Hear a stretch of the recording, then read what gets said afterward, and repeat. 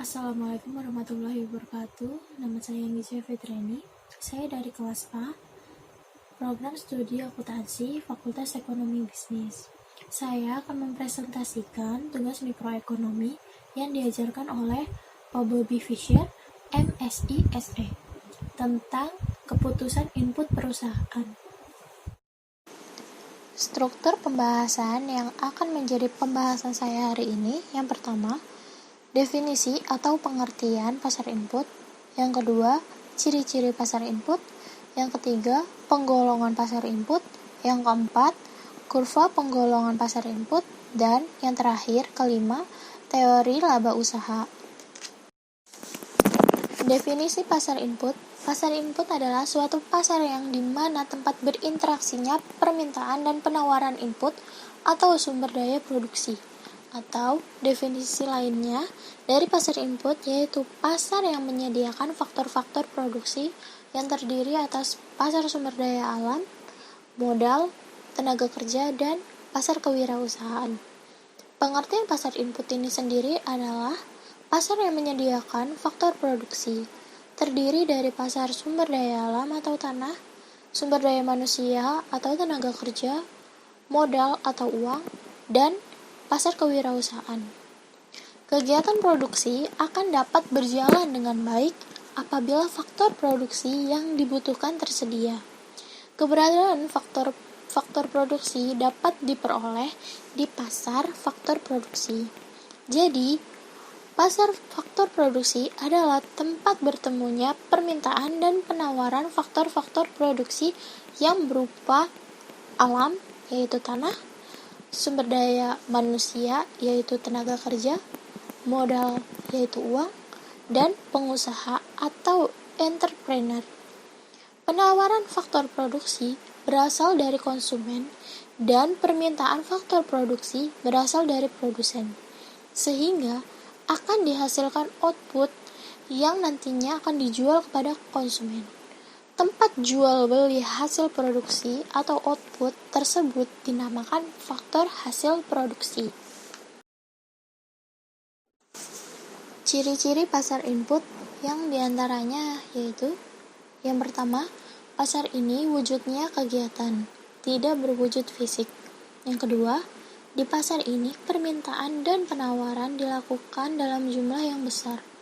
Yang ketiga, jenis dari penawaran dan permintaan sesuai dengan produksi yang dihasilkan.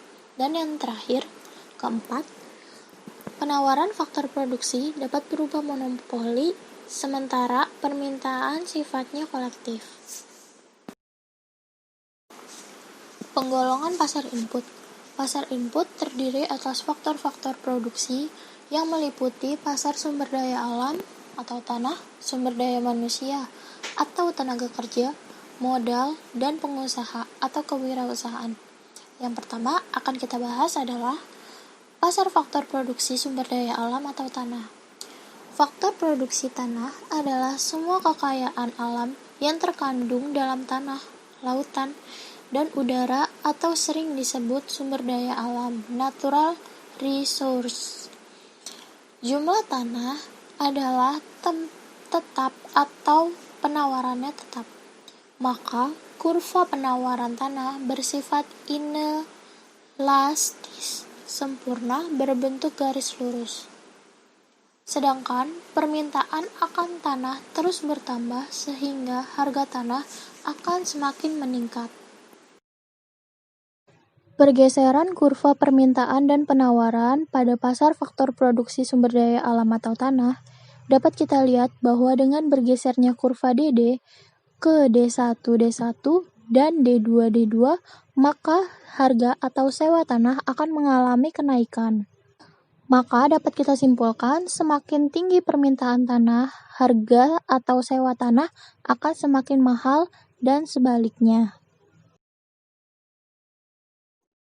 Ada beberapa teori yang coba menjelaskan penyebab perbedaan sewa tanah.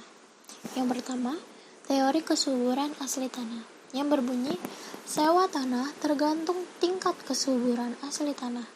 Jika tanah mempunyai kesuburan asli, hasil produksi akan lebih besar.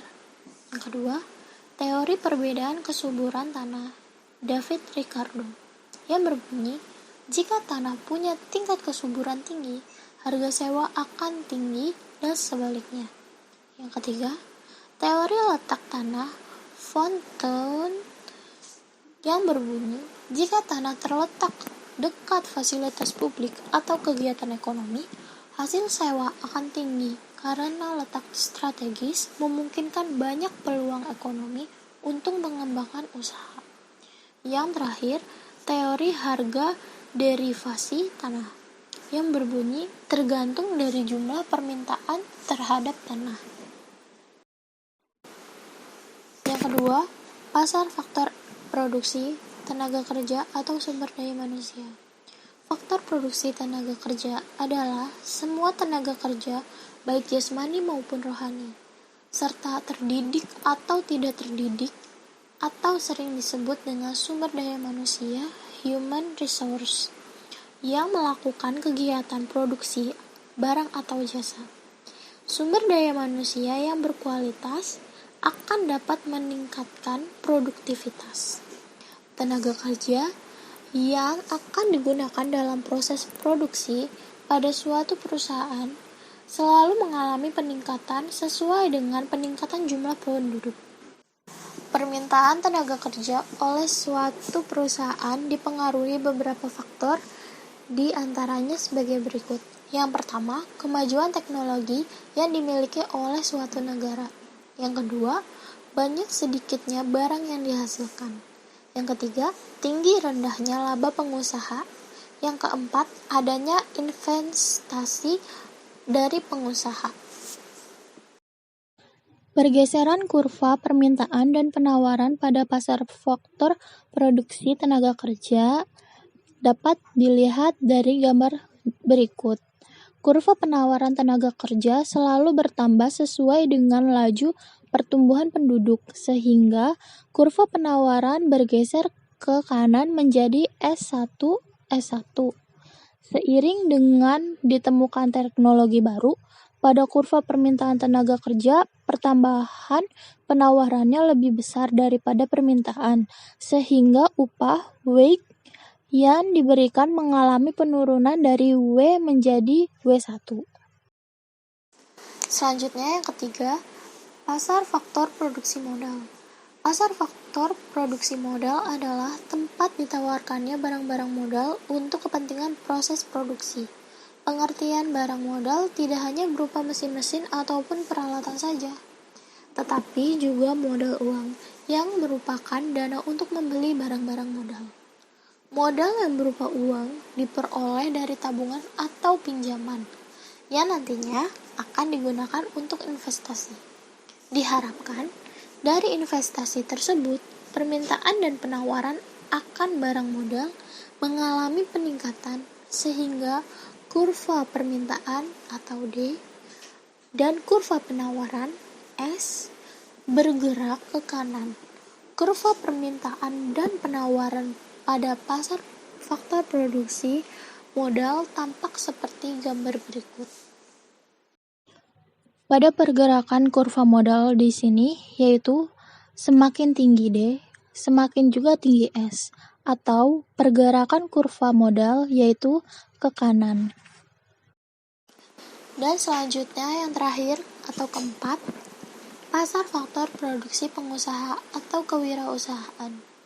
Faktor produksi pengusaha merupakan orang-orang yang berjiwa wira swasta atau mempunyai kecakapan dalam tata laksana perusahaan, managerial skill.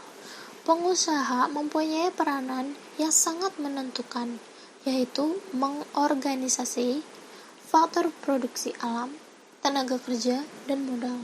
Untuk mendapatkan hasil yang maksimal, wirausaha menerima laba atau menanggung kerugian yang berasal dari keputusan bisnisnya. Pokok pembahasan kita yang terakhir adalah teori laba usaha.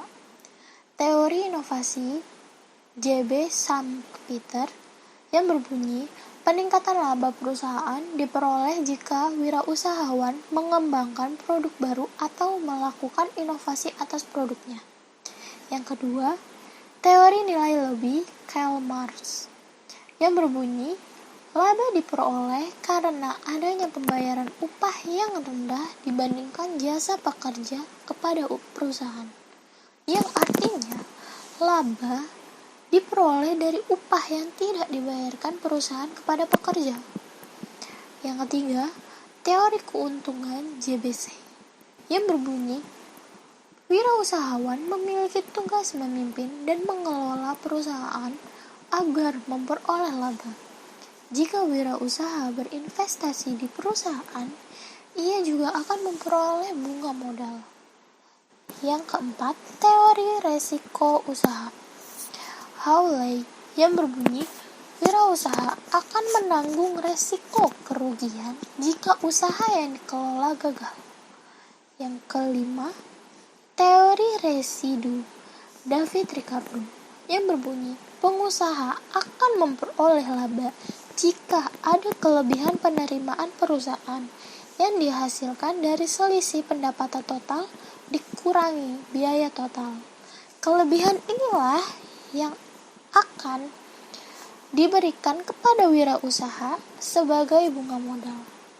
Yang keenam, teori letak tanah Fountain yang berbunyi, jika tanah terletak dekat fasilitas publik dan kegiatan ekonomi, sehingga harga sewa akan tinggi karena letak strategis memungkinkan banyak peluang ekonomi untuk mengembangkan usaha. Pak Topik menjahit kopiah. Kopiah dijahit beldu yang utuh. Wabillahi taufik wal hidayah. Wassalamualaikum warahmatullahi wabarakatuh.